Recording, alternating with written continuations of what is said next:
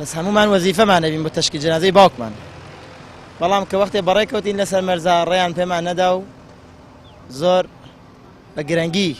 هێشتیان بینە ئەم دیوە بەڵام مەرزمان شکان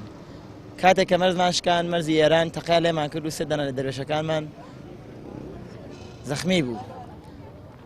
بەڵام کە هاتینە عێراق دەستیان خۆش بێت زۆر مەمنونم لێیان لە خاکی عێراقا زۆر میوانەوازیان لێمان کرد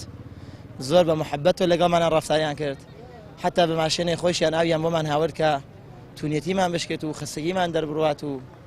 ئێمە لە شاری دیواندەرۆ لە وڵاتی ئێران و لە شاری دیواندەرۆ ڕێکەوتوین هاتوین ئەلانێش لەسەری مەرزین بەڵام قبل لەزەوە کە ئێمە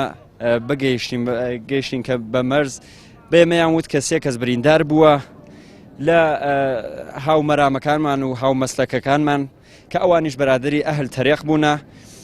بەڵام ئێمە 200 نەفرێکین لە شاری مەریوان و شاری سنە و شاری دیواندەرۆ کە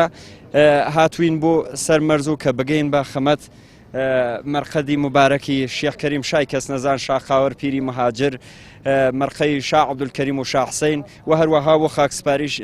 حەزەتی شێخ محەممەدی کەس نەزانی کوڕی شی عەبدولکەریم نا ئەوە کە باسییان کرد 3 نەفر بریندار بووە بەڵام کەسێک کە کوژراو بێ نەخێر